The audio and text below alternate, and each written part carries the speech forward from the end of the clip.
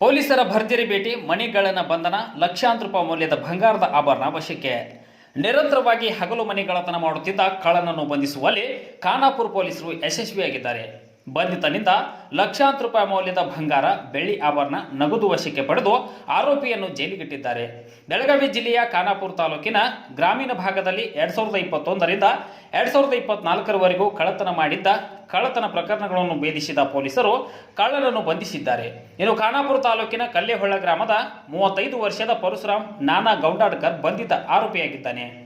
ಬೆಳಗಾವಿ ಜಿಲ್ಲೆಯ ಖಾನಾಪುರ ಪೊಲೀಸ್ ಠಾಣಾ ವ್ಯಾಪ್ತಿಯಲ್ಲಿ ಸುಮಾರು 12 ಹಗಲು ಮನೆಗಳತನ ಪ್ರಕರಣಗಳನ್ನು ಪತ್ತೆ ಮಾಡಿ ಆತನಿಂದ ಒಟ್ಟು 673.4 ಗ್ರಾಂ ಬಂಗಾರದ ಆಭರಣ ಹಾಗೂ ಒಟ್ಟು 627 ಗ್ರಾಂ ಬೆಳ್ಳಿಯ ಆಭರಣ ಸೇರಿದಂತೆ 43,23,115 ರೂಪಾಯಿ ಹಾಗೂ ನಗದು ಹಣ 16,000 ರೂಪಾಯಿಗಳನ್ನು ವಶಪಡಿಸಿಕೊಂಡು ಆರೋಪಿತನಿಗೆ ನ್ಯಾಯಾಂಗ ಬಂಧನಕ್ಕೆ ಒಳಪಡಿಸಲಾಗಿದೆ.